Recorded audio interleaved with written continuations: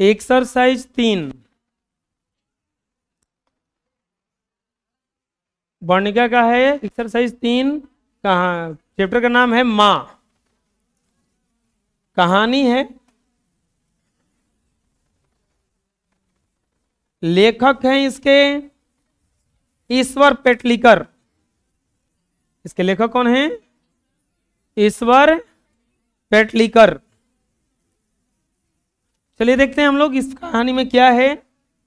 सबसे पहले देखेंगे इसका लेखक परिचय। माँ कहानी के जो लेखक हैं ईश्वर पेटलीकर गुजराती के लोकप्रिय कथाकार। ये गुजरात के हैं और गुजराती के लोकप्रिय मतलब गुजराती में बहुत सारा अच्छा अच्छा लेख लिखे हैं। जन्म हुआ था 9 मई 1916। स्थान था इनका पेटली ग्राम गुजरात। जो यहाँ जन्म लिए थे उस जगह का नाम है पेटली ग्राम। जिस गांव में जन्म लिए थे उस गांव का नाम है पेटली ग्राम। वो कहाँ है? वो गुजरात में। पेटलीकर की कथा साहित्य में गुजरात का समय और समाज, नए पुराने मूल्य, दर्शन, कला आदि में रच पककर एक नई असाधकता के साथ उपस्थित होता है। मतलब जो भी पेटलीकर जी लिखते हैं उसमें गुजरात का साहित्य, गुजरात का अनुभव, ये सब रच पक करके लिख देते हैं उसमें। पेटलीकर जी का प्रसिद्ध कहानी है खून की सगाई। इनका एक प्रसिद्ध कहानी है जिसका नाम है खून की सगाई। प्रसिद्ध लोकप्रिय उपन्यास है इनका काला पानी। काला पानी नामक एक उपन्यास भी लिखे हैं। यह कहानी गोपाल दास नागर द्वारा संपादित एवं अनुदित कहानी संग्रह मां सभार से संकलित है। ये जो कहानी लिया गया है ये गोपाल दास नागर द्वारा संपादित किया गया है, मतलब अनुवादित किया गया है, क्योंकि गुजराती में लिखा हुआ कहानी था। और इसको हिंदी में लिखने का काम किसने किया है? गोपाल दास नागर। और ये कहानी संग्रह इनका एगो है माँ। उसी कहानी से ये कहानी लिया गया है। एगो कहानी है जो पाठ है हमारा वो लिया गया है माँ कहानी। एगो संग्रह है, पूरा ग्रंथ है कहानी का। उसी में से ये कहानी को क्या किया गया है? लिया गया है। मुझे आशा है आप लोगों को समझ में आ गया होगा। चलिए बताइए माँ कहानी के लेखक कौन हैं? ईश्वर पेटलीकर। इनका जन्म कब हुआ था? 9 मई 1916। गांव था उनका पेटली, गुजरात। इनका जो जन्म हुआ था वो पेटली ग्राम यानी कि पेटली नामक गांव में जन्म हुआ था इनका। पेटलीकर जी गुजरात के समय का समाज का अच्छा से वर्णन करके लिखते हैं। पेटलीकर जी की प्रसिद्ध कहानी कौन सी है? खून की सगाई। और एक उपन्यास लिखे हैं जिसका नाम है काला पानी। ये जो कहानी है संपादित किया गया है गोपाल दास नागर द्वारा। और किस कहानी संग्रह से? माँ कहानी संग्रह से इसको संग्रहित किया गया है, संकलित किया गया है। तो ये है पूरा कहानी के लेखक का परिचय। प्यारे बच्चों, कहानी के लेखक का परिचय। अब हम लोग सीखेंगे कि देखेंगे कि इस कहानी में क्या क्या है। इस कहानी में क्या क्या है। तो चलिए आप लोग भी किताब निकाल लीजिए, पढ़ते हैं। कहानी है एक पागल लड़की की। एक पागल लड़की की। अरे वो पागल लड़की मतलब सच में पागल लड़की थी, ठीक है ना। और उसके माँ की। और वो जो लड़की थी पागल थी, पागल हरकत से थी अपना, और सच में भी पागल थी थोड़ा सा। चलिए बाकी डिटेल्स हम लोग देखेंगे कहानी में क्या था। मंगू को पागलो। चलो अब आ गया सवाल। मंगू, उस पगली का नाम क्या था? मंगू। वो जो पगली लड़कियां थी उसका नाम क्या था? मंगू। यानी कि एगो कैरेक्टर आ गया। मंगू को पागलों के अस्पताल में भर्ती कराने की सलाह लोग मां को देते। लोग एक ही चीज फ्री में देते हैं और वो होता है सलाह। वो होता है सलाह। ये कोई भी किसी को फ्री में दे देता है। इसके पैसे नहीं लेता है। अब बोलो कि सलाह का पैसा नहीं लगता है, लगता है। जो डॉक्टर लोग सलाह देते हैं, अब जाइएगा तो वहां पे पहले पर्ची कराना पड़ता है, 300 रुपये 400 रुपये फीस भरना पड़ता है उसका, तब वो सलाह देते हैं। और प्रधानमंत्री जी भी अपने सलाहकार रखे होंगे जिसमें IAS ऑफिसर रहता है सब, तो वो लोग मोटा रकम लेता है सलाह देने का, 4-4 5-5 लाख महीना ले लेता है कोनो कोनो। अरे आपको क्या पता कि इतना जो बढ़िया बढ़िया निर्णय आता है ये कहाँ से आता है? तो उनके सलाहकारों के कारण आता है, बुझा रहे ना। वो सलाह देने के लिए आदमी रखे रहता है सब। तो चलो ये हम लोग छोड़िए। मंगू को कैसा अस्पताल में भर्ती कराने के बाद हो रहा है? पागलों के अस्पताल में, पागलों के अस्पताल में भर्ती करा। कौन सलाह दे रहा है इनको? लोग, वही 4 लोग, जो 4 लोग क्या कहेंगे, 4 लोग क्या कहेंगे कहता है ना, तो वही 4 लोग क्या कर रहे हैं? सलाह दे रहे हैं। और जब सलाह देते तो मां को देते तब उनकी आंखों में आंसू झिलमिलाए आते। जैसे ही सलाह सुनती तो जो मंगू की मां थी उनके आंखों में क्या आ जाता था? आंसू आ जाता था। क्या आ जाता था? नहीं, आदमी कोई कोई ऐसा बोल देता है कि बोलने के बाद ही लगता है कि कोई से बोलो तो आदमी रोने लगता है। नहीं होता ऐसा, एकदम एकदम तीत लगता है, बुझा रहा है ना। तो वैसे ही बेचारी मंगू को जब कोई भी बोलता कि ए माँ जी इसको पागलों के अस्पताल में भर्ती करा दीजिए, तो माँ के आंखों में क्या आने लगते हैं? आंसू। और सबको एक के जवाब देती, हर किसी के लिए जवाब एगो छांट के वो रखी थी और सबको एक ही डायलॉग चिपकाती थी। क्या? मां होकर मैं जब सेवा नहीं कर सकती तो अस्पताल वालों को क्या पड़ी है? अपंग जानवरों की गौशालाओं में भर्ती आने को जैसे कहा जाएगा। वो बोलती थी कि जब हम माई होके कर सेवा नहीं कर सकते हैं, ये अस्पताल वालों की कौन जरूरत है कर सेवा करने का? वो अस्पताल को, माँ जो थी वो अस्पताल को गौशाला का उपमा देती थी। किसका उपमा देती थी बच्चों? गौशाला का, कि वो गौशाला है जहां गाय भैंस बांध दिया जाता है, जहां गाय भैंस को क्या कर दिया जाता है? उसको उसके अनुसार नहीं चलता है, जब मर्जी तब उसको चारा दिया जाता है, जब मर्जी तब पानी दिया जाता है। तो मां की यह ग्रंथि प्रकट हो जाने के बाद कोई उनसे बातें नहीं करता था, ऐसी बातें नहीं करता था। अब एक बार जानते हो आप, ये भी होगा घर में, अगर आपका कोई बात किसी को पसंद नहीं आता है तो जरूरत नहीं है कि वो बात आप उससे बार बार कहिए, छोड़ दीजिए उसको, उतने में क्या रहने दीजिए खुश।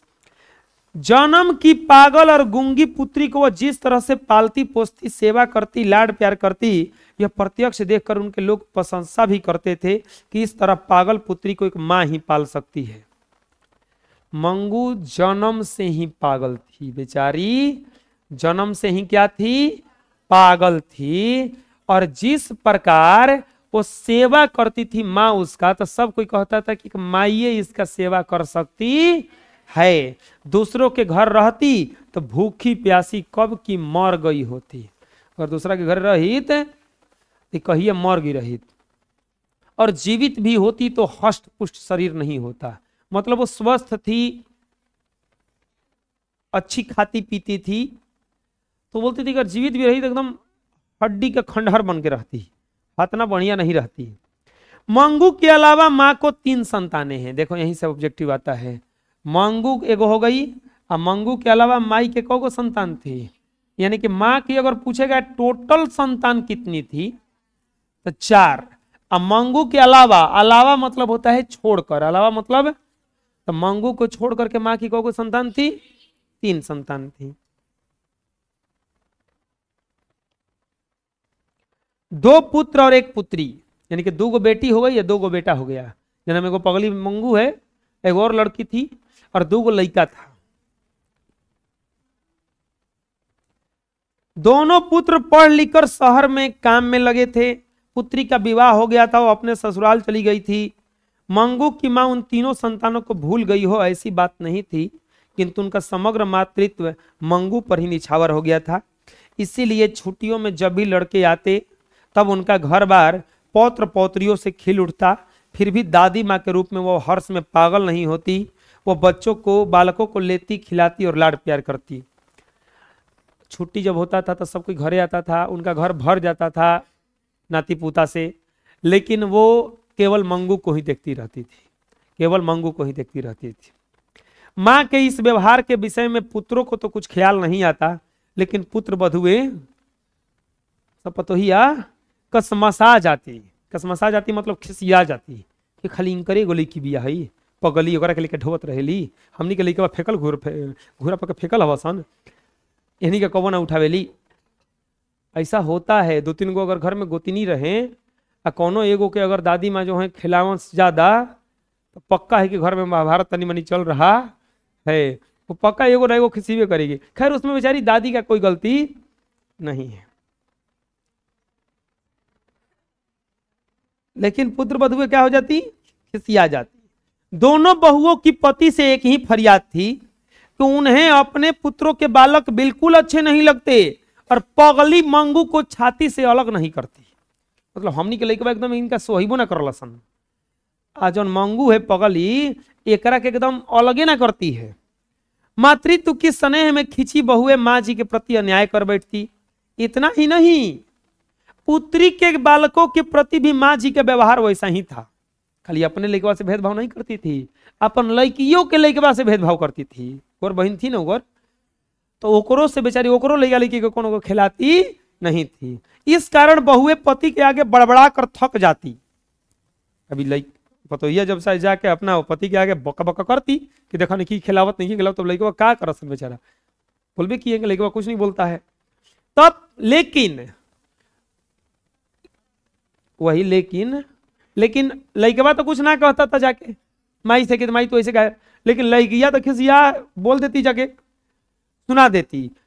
क्या सुनाती, मंगू को तू ही झूठा लाड लड़ाकर अधिक पागल बना दिया है। बात तो सही है। आदत डाली हो तो जानवर भी पेशाब पखाना कहाँ करना है कहाँ नहीं करना इसका ख्याल आ जाता है। 12 बरस की लड़की चाहे जितनी पगली हो, पर उसे आदत डाली हो क्या इसे इतना ख्याल ना आए। वह गूंगी है, बहरी नहीं, हमारी बात ना सुने, भूल करने पर 2 थप्पड़ लगा देती, दूसरी बार तुरंत ख्याल रखे। तो ट्रीटमेंट बता रही है कि तू ही करके बिगाड़ के रख ले भाई। बहू तो ना बोलती थी बेचारी, काहे कि बहू जाके अपने पति के सामने बोल बोल के चुप हो जाती, लेकिन लड़की आवत रहे, हाँ अरे माई तू ही बिगाड़ के धैले भाई, तुरा का लगा था। एक 12 बरस की लड़की हो गई, 12 बरस का मतलब समझ रहे हो, 8वां 9वां में पढ़ने वाली है, और एक झप्पड़ लगाती खींच के मुंह पर, तो तुरंत पेशाब पखाना कहाँ करना है, यानी कि मंगू को पेशाब पखाना कहाँ करना है ये भी पता नहीं था। इतना तो सुना दी लड़किया। वो बेचारी कुछ आगे बोले उससे पहले अम्मा जी का एक के हथियार था आंसू। तुरंत एकदम हर हर रोने लगे। सबसे बढ़िया उपाय यही है, कोई अगर तुमको डांटे अब बस क्या कर दो, रोना, कुछ बोलो मत। अब बेचारा लेकिन ये रूल हमारे सामने मत करना नहीं तो जहां छोटका लड़का के एक झपड़ मारते हैं और जहां ऐसे करता है एक हेने से 2-3 झपड़ और तो उनकी साउंड बढ़ाता है, फिर 2-3 झपड़, तब साउंड कम कर देता है कि ना लगता है कि गलती हो गया है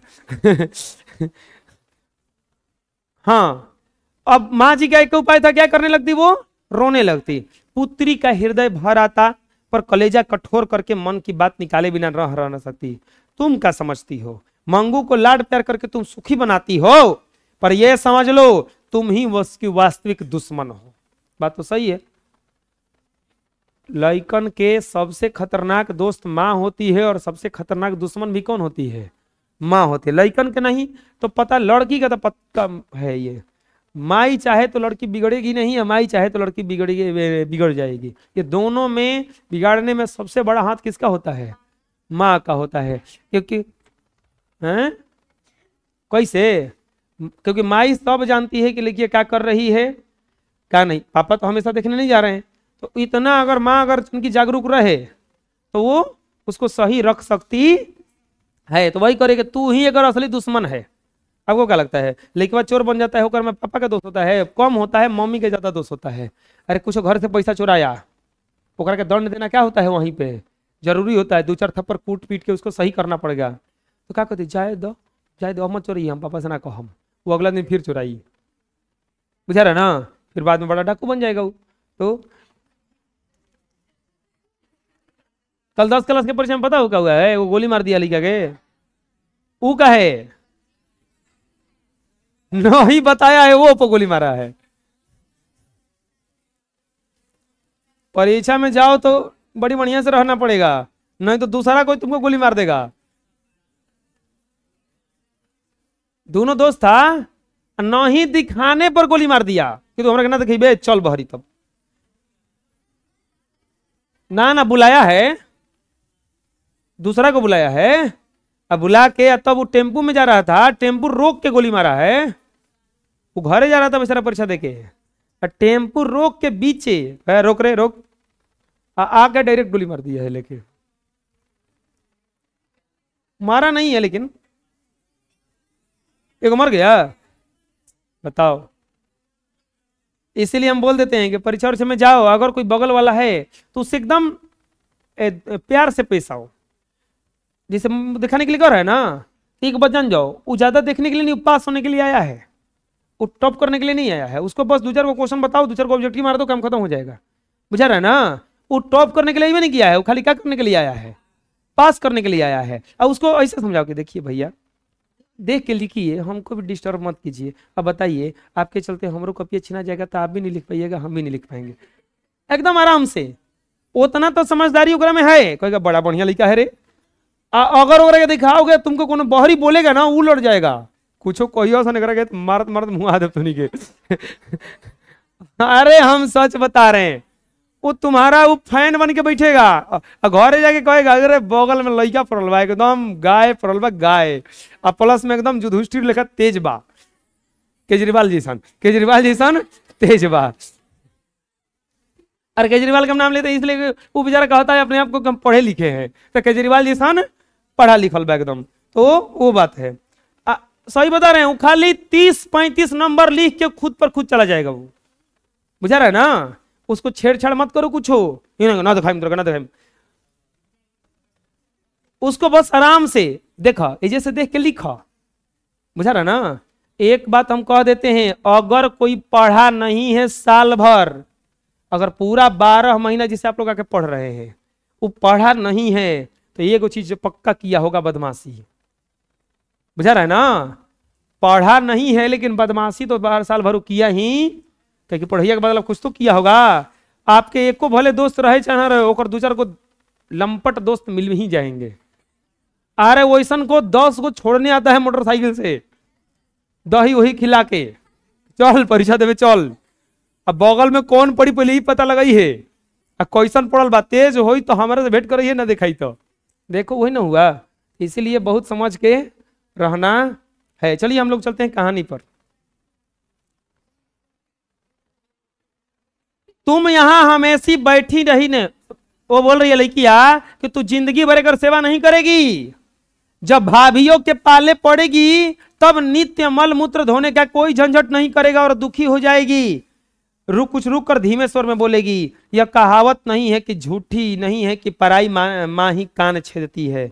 अस्पताल में रखने से पागलपन दूर होने का तो पद पर मल मूत्र और कपड़ों का तो ध्यान आ जाएगा। भाइयों के घर में भगवान ने बहुत कुछ दिया है, भाभिया एक भी बार खाने को न दे ऐसी ओछी तो नहीं है। तो मम्मी सोच रही है कि अगर अस्पताल में जाने पर ठीक हो जाए, वो बोल रही थी कि अगर अपने से पेशाबो पखाना करना सीख जाएगी तो भाभी इतना खराब नहीं की जा कि करके खायो पानी ना दिहन जा, खाए पानी तो दे दिहन जा ना। माँ जी लोगों को अस्पताल के लिए गौशालाओं का उपमा देती थी, बताइए कि है हम। तब लोग पराई की तरह जो कुछ कह पाते उनकी पुत्री ही कह डालती।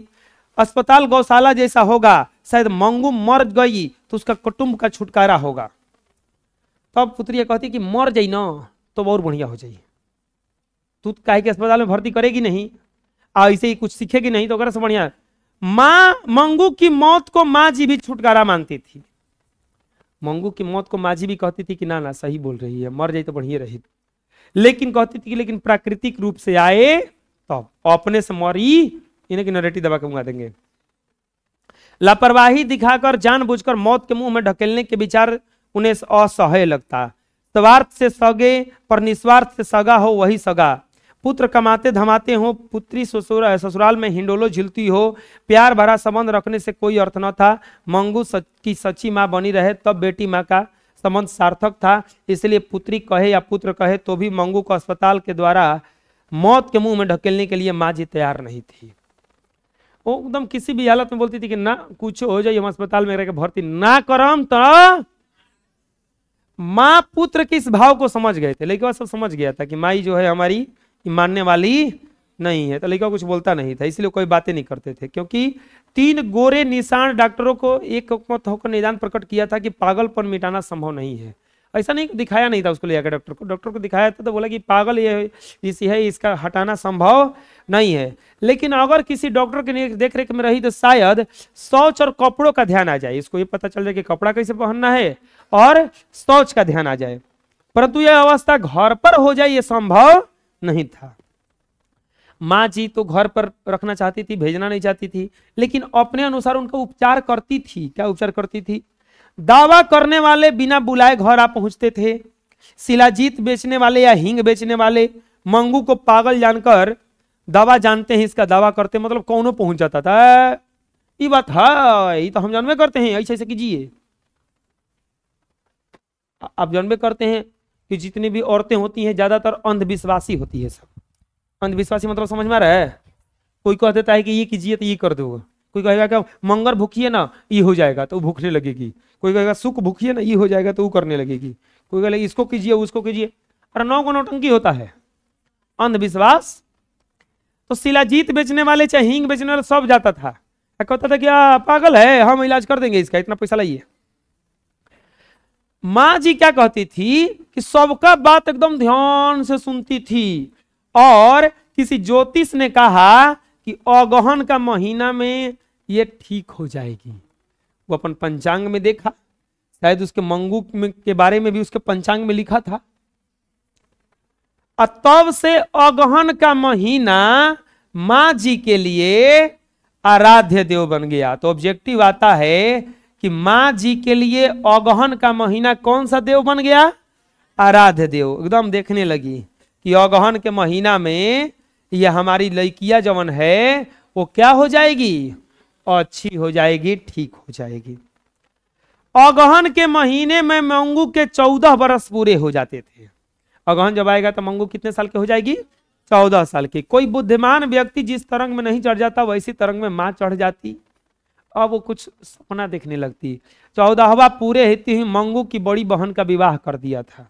तो याद करने लगती कि हमारी जब बड़की लड़की 14 बरस की हो गई थी तो हम उसका क्या कर दिए थे? विवाह कर दिए थे। मंगू पागल न होती तो विवाह तय गया हो गया होता। बोलते अगर पागल ना रही तो लड़किया का विवाह तय कर दिल रहती, ठीक कर दिल रहती। अब सोच रही है कि अगहन के महीना में पागलपन मिट जाएगा। मौरी का रूप ऐसा है कि मूर्तिया देखते ही हाँ कह दे। मतलब बोली कितना सुंदर है कि कोनो लड़का देखने आएगा तो तुरंत हाँ कह देगा। मतलब मंगू खूबसूरत भी थी। और जैसे सब कुछ ठीक हो गया हो अब विवाह की योजना बनाने लगती। अब लो अभी अभी अगहन का महीना नहीं आया, इस सपना देखने लगी कि मंगू ठीक हो जाएगी, अगर शादी करेंगे। कम्मू के समय की घर की स्थिति आज नहीं है। अब चलो माँ की कौ लड़की थी? 2 गो। दोनों में से एक का नाम मंगू और दूसरा का नाम कम्मू। क्या नाम था? कम्मू। बोल रही थी कम्मू का जब विवाह किए थे तो घर की स्थिति इतना बढ़िया नहीं था। आजकल तो लोग आज दोनों भाई अच्छा कमाते हैं, पानी की तरह पैसा खर्च करते हैं। मंगू के विवाह में वह किस तरह से पीछे घूम कर देगा। बोल रही थी लड़का हमारा इतना बढ़िया कमा रहा है, मंगू का शादी में लोग तो पैसा पानी की तरह खर्चा कर देगा, टेंशन कुछ ही है। एक बार बुद्धिमानी के साथ मंगू हौज में पेशाब करने बैठी। एक बार वो बाथरूम में गई टॉयलेट करने के लिए। उससे प्रसन्न होकर माँ जी कई दिनों तक हरेक के आगे पारायण करती रही। एक दिन भुला के कहीं चली गई थी बाथरूम में टॉयलेट करने के लिए। अब माँ जी रो सब कुछ से कहती लागत ज्योतिष के कहना ठीक होगा, मंगू न, अब पहले कोबो ना बैठा रहे, अब मंगुआ न जाके बाथरूम में टॉयलेट करने गई है। इतना सुनने वालों के बातें से गले से बात उतरनी कठिन थी। सुन तो लेता था लेकिन कानवा से नीचे जैसे नीचे नहीं आता था। ये बतिया काहे कि यह सुनते समय मंगू पेशाब की गीली मिट्टी अंगूठे से कुरे देती नजर पड़ती। एक दिन केवल जाकर के पेशाब की टॉयलेट में बाथरूम में, फिर ओकरा बाद में की नहीं, लेकिन वह पर्चा रोज गवा रहा था। अब सब कोई, अब हमरा से कोई कह रहा है कि देखिए ये मंगू ठीक होने वाली है, तो मंगू को देखे तो जो पेशाब की जो गीली मिट्टी थी उसको हाथे से उठकेर रही है। तो बोले हाँ हाँ ठीक है ये ना भी कहेगा। हाँ। अब जब माँ जी देखती तो बोलती, धीरे से कहते मंगू ऐसे गंदा नहीं करते। अच्छा बेटा। मंगू को धुन आती, वह खड़ी हो जाती, उसे नई बात मिल जाती। मैंने कहा सोच समझकर देखो, बुद्धिमान की तरह खड़ी हो गई। इस प्रकार माँ जी का आशा भरा अगहन का महीना आ गया। क्या आ गया? अगहन का महीना में धान कटाता है। मंगू अच्छी तो न हुई, घटना को घटा, पर कन्या, शहर के कन्या विद्यालय में पढ़ती गांव की एक लड़की कुसुम पागल हो गई।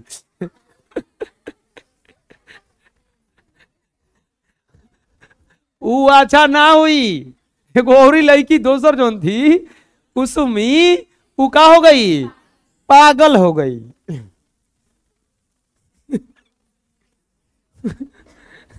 मंगू की तरह उसे भी टट्टी पेशाब का ध्यान न रहता। माँ जी को इसे दुख तो हुआ, पर साथ साथ संतोष भी हुआ कि अच्छी भली लड़की पागल होते इस प्रकार विवेक खो बैठती है, तो जन्म से पागल मंगू बेचारी को क्या ख्याल, इसमें क्या आश्चर्य।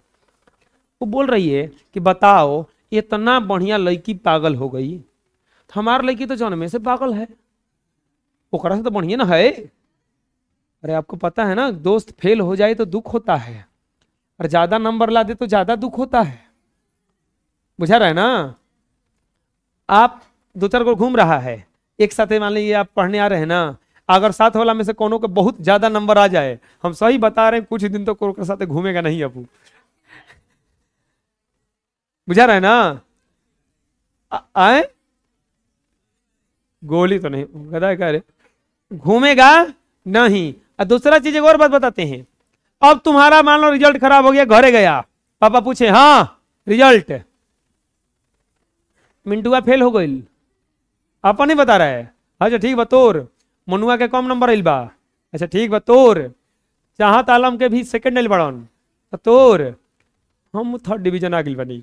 पहले 3-4 को बताता है, वो भूमिका कहलाता है, वो सिद्ध करवाता है कि पेपर हार्ड था। अब बताएगा पेपर बड़ी हार्ड रहे, ऐसन रहे, हम क्या करी, देखो वो उतना पढ़ते रहे वो फेल हो गई, हम तो पढ़ते ना रही, हम तो थर्ड आ गए नहीं।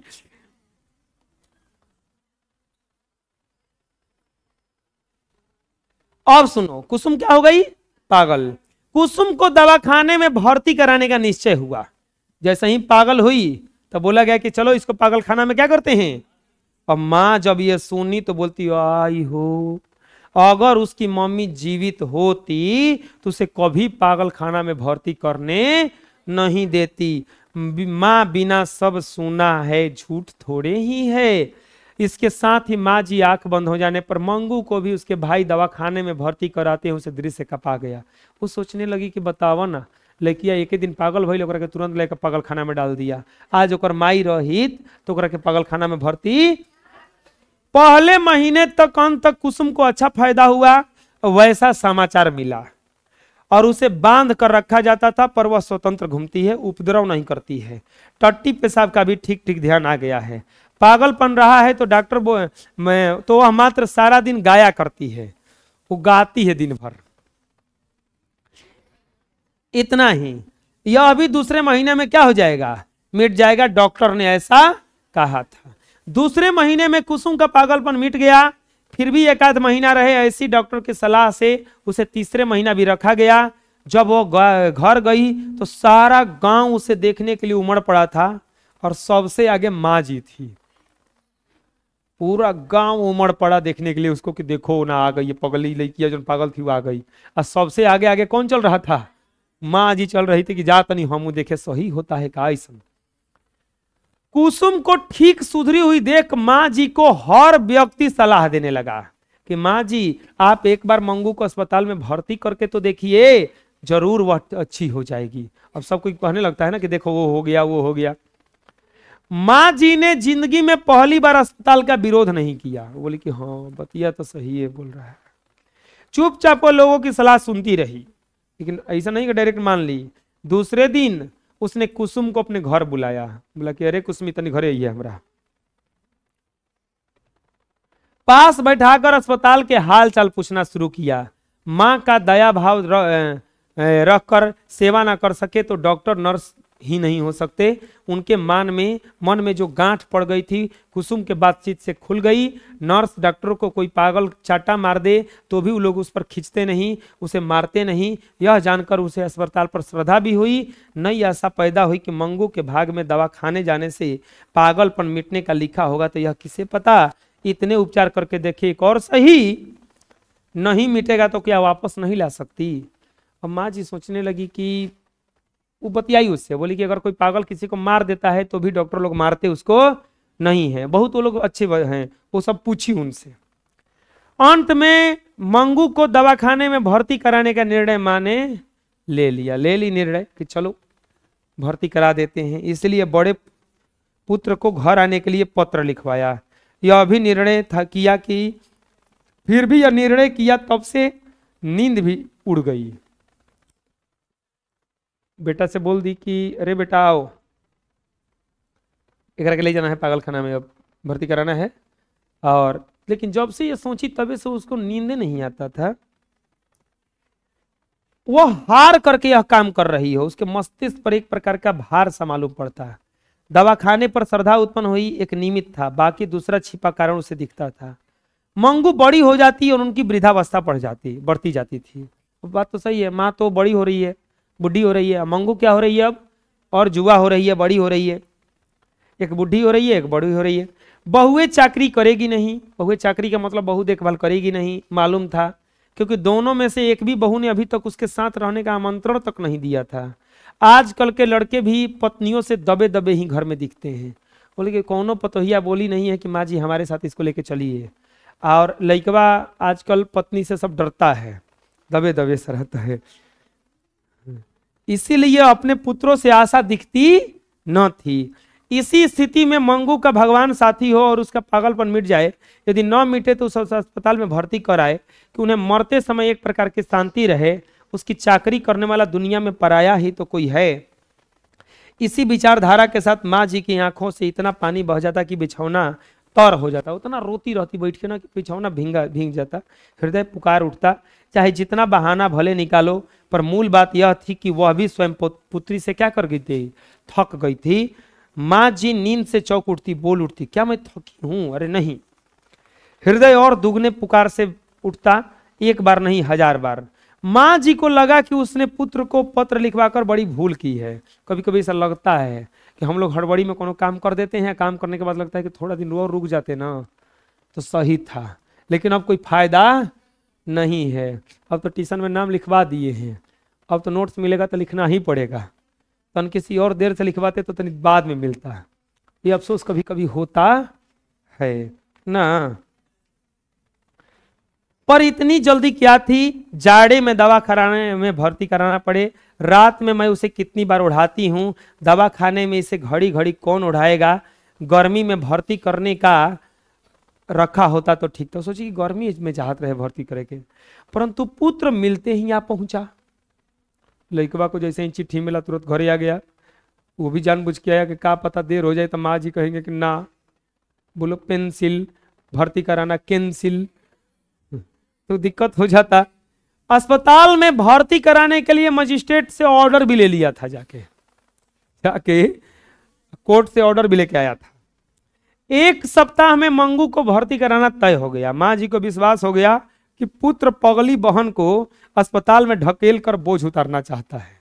जान गई थी कि इसको भगाना चाहता है। अच्छा, ये में लड़कवा का बेचारा दोस्त है, तुम्हें पत्र लिखवा के बुलवा रही है। हम तनी जल्दी आ गए कि चलो भर्ती करा देते हैं, तो उसमें कह रही कि लगता है कि अपन बोझ हटावल चाहता। कसहू जिए नहीं देता है। ऐसा ना होता तो पत्र मिलते ही किस लिए पहुंचता, कुछ सोर्स लगाकर तुरंत डॉक्टर से मजिस्ट्रेट से मंजूरी काहे कराता।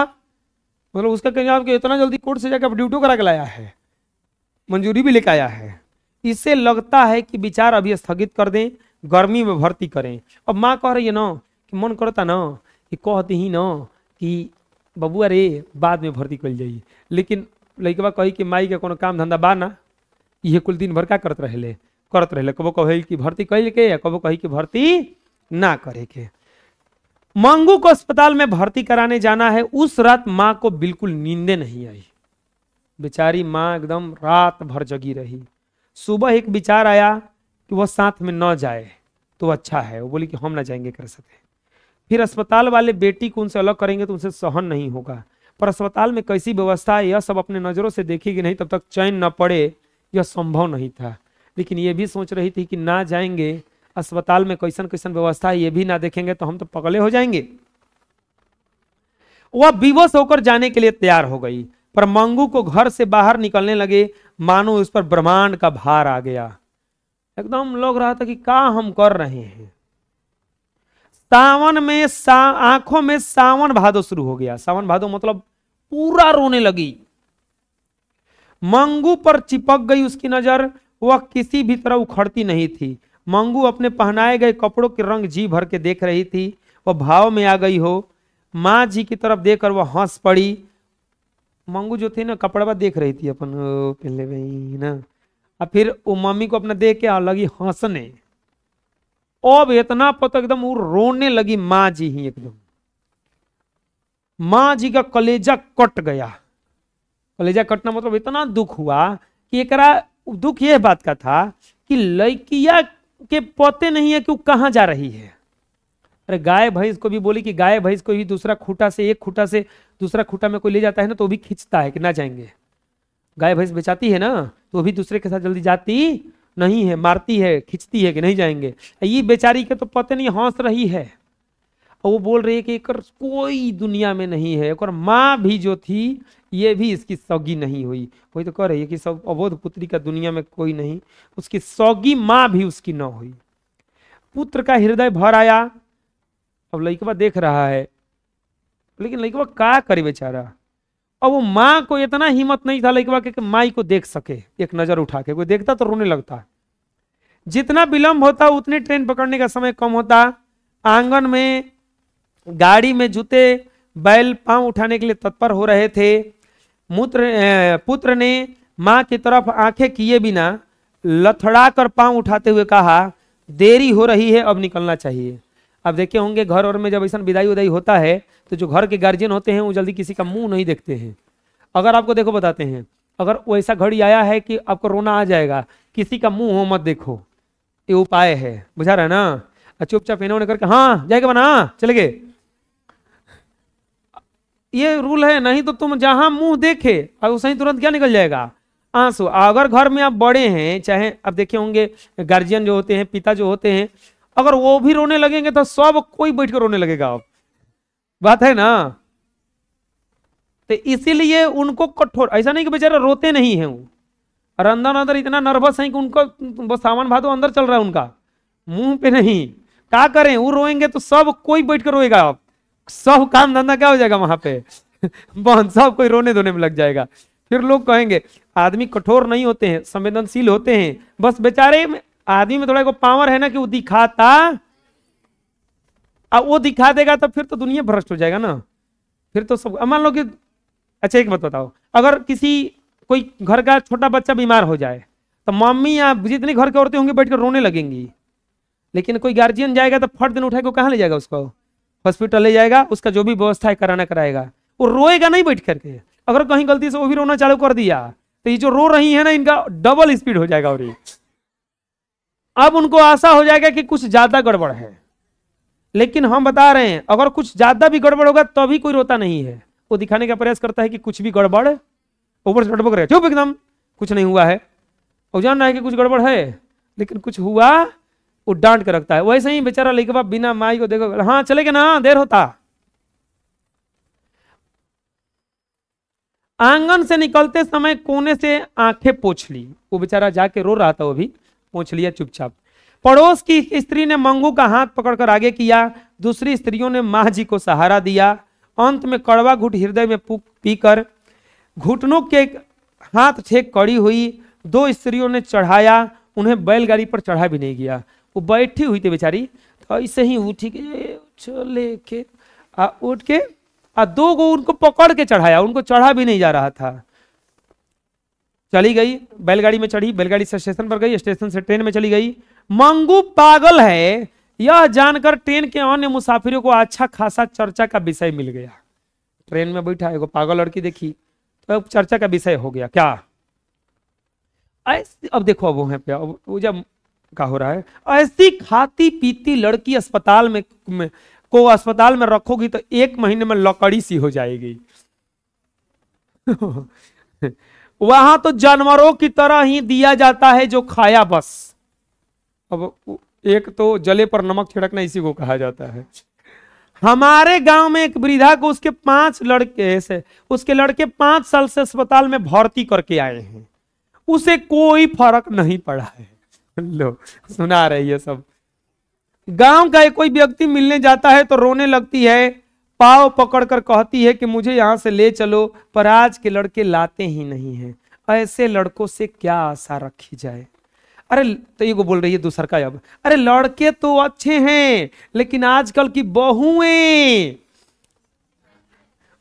फिर से उलट के आई उसी पर। सबसे ज्यादा खतरनाक स्थिति बहुओं पर ही लास्ट में आता है।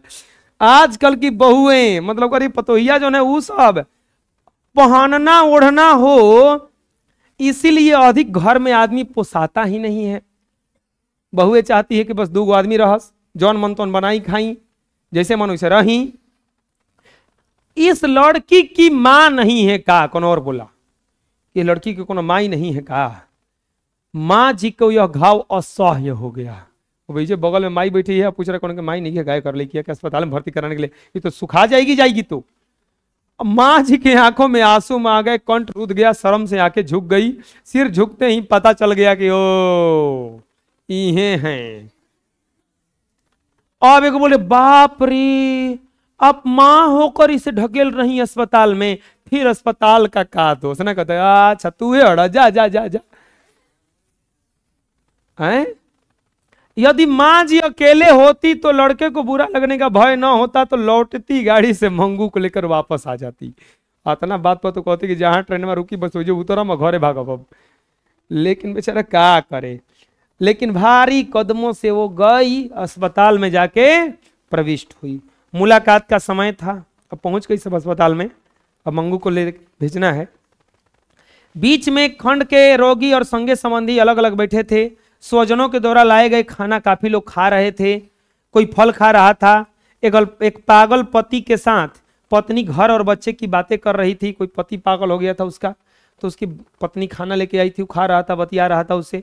एक पागल पत्नी से उसकी पति मिलने आया था, वो पागल पत्नी थी, उसकी पति मिलने आया था, वो उसे लिपट पड़ी थी।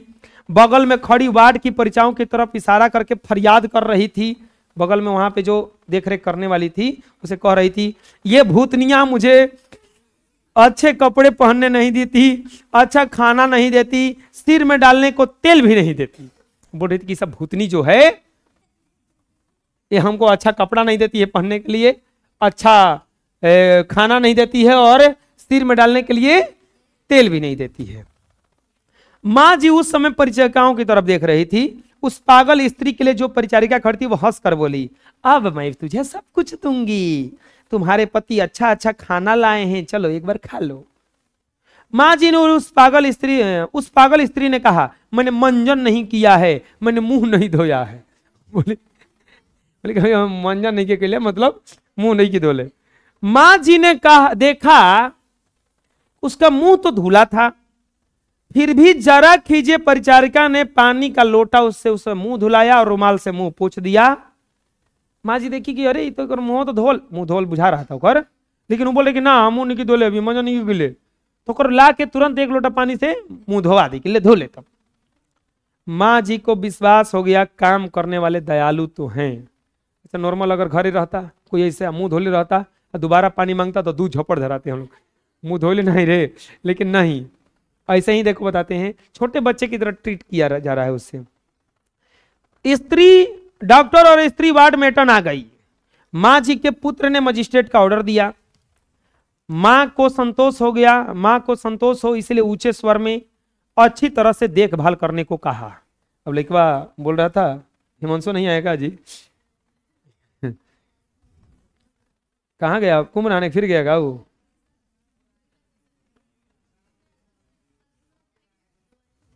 दोरिए पे था, मुंह धो रहा था, मंजन वो ना किया था कहा भी। अरे कौन दोरिया बजा के देख के आओ तो कहा है, बुला के लाओ, बोलो छोड़ तुम्हारा जरूरत पड़ा है। आए गांव पे गया,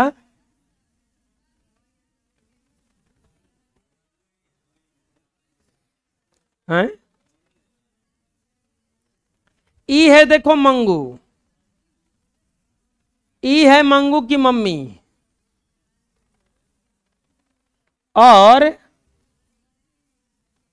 ए बालक हला नहीं, नहीं तो मंगू आएगी दो थप्पड़ धराएगी। और ये है मंगू का भाई, मंगू का भाई, सब एक ही जैसा है। ये माँ है, और ये कौन है बच्चों,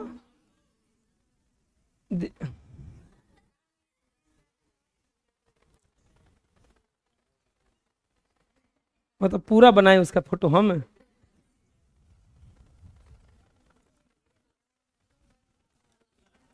ये देखो मंगू है जो इतनी बड़ी हो गई है, ठीक है। अब सुनो, अब बक बक कोई ना करेगा, नहीं तो बड़ी मार मारेंगे हम।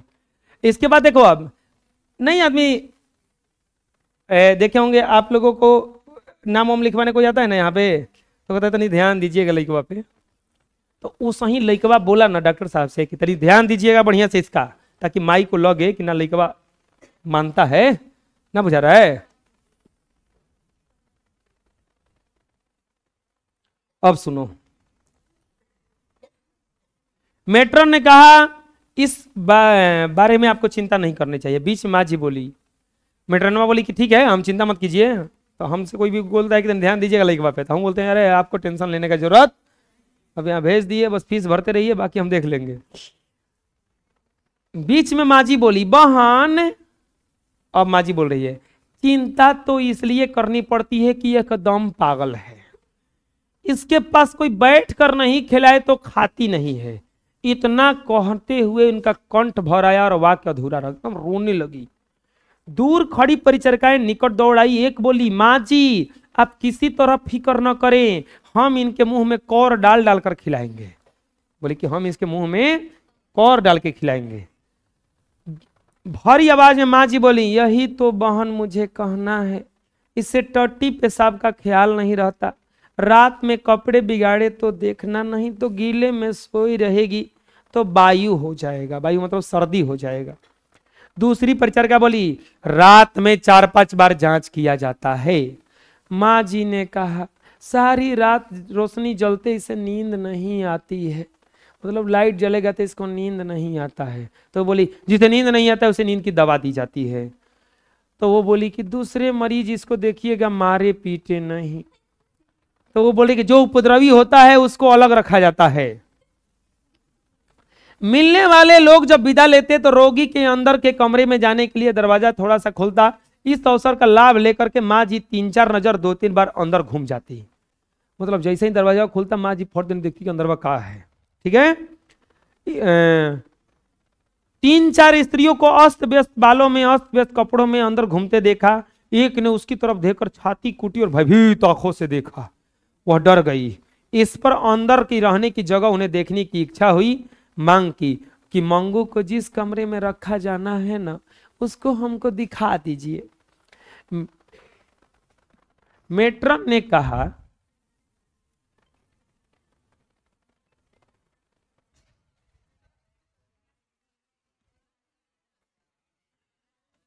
मेट्रन ने बोला कि अंदर किसी को देखने जाने का नियम है, बोले कि नहीं ये नियम नहीं है अंदर जाने का। विस्मय भरे नेत्रों से यह दुनिया देख रही मंगू माँ जी की बगल में लपकी, सिर पर हाथ रेखा और रोज की तरह बोला स्नेहमय बेटा उच्चारित करने लगी। तो अभी उनका स्वर फूट पड़ा। मरने के समय एक लंबी सिसकी फूट पड़ी। इस आक्रदन में सारा अस्पताल डूब गया। पुत्री के आंखों से चौधार आंसू बह डले चले। ऐसे रुदन अभ्यस्त हो गए। डॉक्टर मेट्रन परिचारिकाओं के हृदय भी भर आए। दीवारें आर्द्र हो उठी। इतना स्नेह भरा किसी पागल का स्वजन आज तक आया हो यह किसी ने देखा नहीं था। वो गई, मंगू के कपार पे हाथ इस रखी, बोली बेटा। इतने कोई इतना रोने लगी, सब कोई देख के चौंक गया कि इतना पागल से प्रेम करने वाला कोनो आज तक ओइबे नहीं किया है। एक परिचारिका हाथ का रुमाल फटकाकर मंगू का ध्यान अपनी ओर खींचकर बोली लो चाहिए तुम्हें। वो जगह परिचारिका बड़ी तेज थी, फट देनी भुलवाई उसको, ए बाबू ले ले तो ऐसे चाहिए। मंगू रुमाल पकड़ने के लिए आगे माँ को छोड़कर एकदम खड़ी हो गई। थोड़ा सा रुमाल लेने के बाद उसका हाथ थपथपाकर परिचारिका मीठे स्वर में बोली तुम मेरे पास रहोगी ना बहन, मैं अच्छा अच्छा खाने को दूंगी, नए नए कपड़े पहनाऊंगी। मंगू उसके चेहरे की तरफ ताक रही थी। उस क्षण उसका उपयोग करके चलो दू कहकर उसका हाथ पकड़ करके आगे किया। दरवाजा आधा खुला और मंगू को अंदर ले गया। जब ऐसा होता है तो आदमी कहा जाता है नहीं नहीं हटाओ हटाओ इसको हटाओ, नहीं तो रोती रहेगी बैठ के। तो फट देनी को गई, बोली लो रुमाल लोगी? तो बोली कि हाँ लेंगे। तो नहीं आई, हाथों पकड़ ली, बोली अच्छा अच्छा खाना देंगे, अच्छा अच्छा कपड़ा देंगे, तो मेरे साथ रहेगी ना? तो बोली कि हाँ हाँ रहेंगे। तो बोले चलो चलो देते हैं, चलो लिया के चल गई। अब चिल्लाने लगी मंगू मंगू, कलेजा कांप उठे, ऐसी चीख माँ जे निकाली। अब एकदम चिल्लाने लगी अरे हमारे मंगू के लाओ, हमारे मंगू के लाओ। डॉक्टर ने आश्वासन देते हुए कहा माँ जी आप बगल में खड़े पुत्र की उंगली करके बताया कि अपने पुत्र जैसा मुझे भी मानिएगा, बेटी को अस्पताल में नहीं बेटे के घर छोड़ी जा रहे हैं ऐसा मानिएगा। अधेड़ अवस्था बाल्यों में विधवा हुई मेट्रन ने आश्वासन देते हुए कहा कि आज तक आप इसकी मां थी और आज से मैं इसकी नई मां हूं। मां जी सिसकी भरते हुई बोली इस बेजबान जानवर को जितनी भी बुद्धि नहीं है मैंने इसे आज तक अपने से अलग नहीं किया है। कुसुम आपके अस्पताल में ठीक हो गई इसीलिए मैंने कठोर हृदय करके और उनका कंठ भरा है। बोले कि आज तक हम इसको अलग नहीं किए हैं। कुसुम आपके अस्पताल में आई थी, ठीक हो गई इसीलिए, खड़ा हो जाओ जी, खड़े रहो अब, इसीलिए आपको अस्पताल में हम भर्ती करने के लिए इसको लाए हैं। मेट्रन ने कहा कि कुसुम की तरह यह भी थोड़े समय में समझदार हो जाएगी। मां की सिसकियां रुकी, फिर उनकी दृष्टि से उस बंद दरवाजे के पार कर मंगू पर जैसे ही पड़ी। मंगू ने उन्हें याद दिलाया हो, वह बोली सूखी रोटियां वह नहीं खाती, मतलब खाली रोटी नहीं खाती है, उसे शाम के वक्त रोटी दूध के साथ दीजिएगा या दूध ना हो तो दाल में। मां की करुण आंखों की तरफ नजर करने की मेट्रन की शक्ति लुप्त हो गई। वैसे ही नीची दृष्टि की हुए बोली अच्छा ठीक है, मतलब वो माँ बोल रही है। माँ जी और उनके पुत्र अस्पताल में भर्ती कराकर बाहर आए तब दोनों के चेहरे पर शोक के बादल छाए हुए थे। चुपचाप दोनों बाहर खड़ी घोड़ा गाड़ी में विदा हुए। ट्रेन के डिब्बे में पांव रखते ही माँ जी को याद आया कि अस्पताल में सोने के लिए चारपाई देते होंगे या नहीं। मंगू कभी धरती पर नहीं सोई है, चारपाई नहीं होगी तो उसे ठीक नहीं लगेगा, मतलब सब कुछ याद कर रही है। अस्पताल में काम करने वाले दयालु हैं, भले हैं, ऐसा माँ जी को विश्वास हुआ, पर तू उसे अंदर न जाने दिया, यह संदेह रह गया था। अंदरवा कहना जाने दिया है, भला ऐसा क्या है हमें अच्छा ना लगे वैसा ही कुछ होगा, इसीलिए हमें न जाने का नियम बनाया होगा। इस बात की पुष्टिकरण करता था अधखुला दरवाजा, भूत की तरह घूमती गंदी और भूख से मरती भयानक लगने वाली पागल स्त्रियां। उसके साथ ही माँ जी को मंगू उन्हें न देखकर रोती हुई आवाज सुनाई दी। उनकी आंखों से आंसू निकल पड़े। बगल में एक स्त्री ने पूछा माँ क्यों रोती हैं, किसी की मृत्यु हो गई है का? वो मतलब पूरा फूट फूट के रो रही थी। तो वो बोला क्या हो गया, क्या रो रही है? रात में 11:15 बजे घर आई, तब उसकी राह देखती पड़ोसन जो उसके कुटुंब की ही थी जाग रही थी। वो होता है कि कोई कोई जाता है बाहर में तो बगल वाला जगता रहता है। उनके लिए खाना भी बना रखा था उसके लिए उसने, पर दोनों ने खाने के लिए मना कर दिया। बोला कि नहीं हम लोग खाएंगे नहीं। स्वजन की मृत्यु का घाव ताजा हो ऐसा आग्रह करने वाले को जीभ नहीं खुलती। वैसे ही पड़ोसी ने ज्यादा खींचतान नहीं किया। होता है ऐसा, जब कोई मना करे दुख में कि नहीं हम नहीं खाएंगे तो ज्यादा कुछ उसको प्रेशर देना ठीक है नहीं रहता है, छोड़ दिया जाता है कि छोड़ दो अभी। माँ जी के अंतर में एक तंबूरा बज रहा था। मंगू इस समय क्या कर रही होगी? पल पल में यही विचार उसके हृदय को बेध रहा था। कितनी ठंड है, उसे ओढ़ाया तो होगा, पेशाब करके गीला कर दी होगी, तो उसे फ्राक और बिछौना बदला तो होगा। मंगू उसकी बात जैसे सुन रही हो, बोली, बेटा पेशाब न करना, ओढ़ा हुआ फेंकना मत। ये सब सोने के वक्त नित्य उच्चारण करती, फिर भी मंगू इस पर अमल नहीं करती। रात में पेशाब कर देती और उसका फ्राक और बिछौना भी बदल डालती। तो रात में जब वो पेशाब करती थी तो उसका माँ जो थी उसका कपड़ा भी बदल देती थी और बिछौना भी बदल देती थी। मंगू बड़ी हो गई, फिर भी उसने बहू उसे अपने साथ ही सुलाती, जिसे वो पेशाब करे तो तुरंत उसे पता चले और उसे गीले में न सोए रहना पड़े। माँ जी को स्वयं भी उसके बिना बिछौना सूना सूना लगता था। मन में हुआ मेरे साथ सोने की आदत है, उसे नींद आई होगी या नहीं। उसके लिए उसकी आंखें बावरी बन उसे ढूंढती हो इसे दिखा। उन्होंने चरपाई पर सिर पटका, मैं माँ होकर अस्पताल में छोड़कर आ गई। एक सिसकी फूट पड़ी, मतलब खूब रो रही है आके घरे कि हम का किए। बगल के खंड में सोए पुत्र को भी नींद नहीं आई। माँ की अपेक्षा उसे 100वें हिस्से भी मंगू के प्रति ममता नहीं थी। फिर भी उसके हृदय, उसके कलेजे पर वेदना का काला पत्थर रखा था। माँ की सिसकियों के साथ उसके भी आंखों से आंसू बहने लगे। अपने को इतनी वेदना होती, माँ को क्या क्या होता होगा। माँ का हृदय का मांस, मतलब जितना दुखी माँ थी उसका 100वां हिस्सा भी वो दुखी नहीं था, लेकिन फिर भी वो रो रहा था। तो सोच रही थी बताओ हम भाई होके रो रहे हैं, वो उस पे क्या बीतता होगा। ये सोचने वाला बात है। वेदना कितनी क्रूरता से कोंच रही थी। उसका साक्षात्कार जीवन में पहली बार ही हुआ। उसका हृदय पुकार उठा, माँ का यह दुख किसी उपाय से टालना चाहिए। पुत्र होकर मैं इतना भी न कर सकूं तो मेरा जीना व्यर्थ है। उसके साथ ही उसने अंदर प्रतिज्ञा की, मैं मंगू को जीते जी अच्छी तरह से पालूंगा। बहू उसका मल मूत्र धोने को तैयार नहीं होगी तो मैं धोऊंगा। इसी वेदना के काला पत्थर उसकी छाती पर से खिसक गया। अब लड़का सोचने लगा कि माँ इतना रो रही है, हमको उपाय करना चाहिए। अगर हम उपाय नहीं कर रहे हैं तो मतलब सोच रहा था कि अगर अब कुछ हुआ ना तो हम बोलेंगे कि ठीक है, हम जिंदगी भर ख्याल रखेंगे।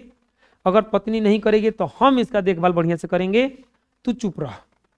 अगर माँ जी दूसरी सिसकी ली होती, माँ रो रही थी, अगर फिर से रोना अगर सुनाई दे देता तो वह उसी क्षण उनकी प्रतिज्ञा सुनाकर संतावना दे देता, तुरंत बोल देता कि ठीक है माँ हम ऐसे करेंगे, तू चुप रह। लेकिन वह शांत पड़ गई। माँ जी तो जो थी वो चुप हो गई, इसलिए उसने भी सोने के लिए पलके गिरा ले। अब दोनों लोग क्या कर गए, सो गए। सुबह की चक्की और मथनी की मधुर आवाज गूंज रही थी। तब सारे गांव को जैसे बेध डाले वैसे चीखें माँ जी ने मारना शुरू की। अचानक सुबह में माँ एकदम चिल्लाने लगी, दौड़ो रे दौड़ो, मेरी मंगू को मार डाला रे। पुत्र चरपाई से उछल पड़ा, पड़ोसी दौड़ाए, चक्कियां मथनियां रुक गई। जिसने सुना वही दौड़ाया, जो आए वही ठिठक गए। माँ जी मंगू के श्रेणी में मिल गई थी। माँ भी लास्ट में क्या हो गई, पागल हो गई। तो ये कहानी जो है यहां से खत्म हो गया। तो ये कहानी था एक माँ और एक पुत्री का, और इसमें माँ के अटूट प्रेम को दिखाया गया है अपने पुत्री के प्रति। ठीक है, कल हम लोग इसका क्वेश्चन आंसर देखेंगे। आज इतना ही इसमें रहेगा।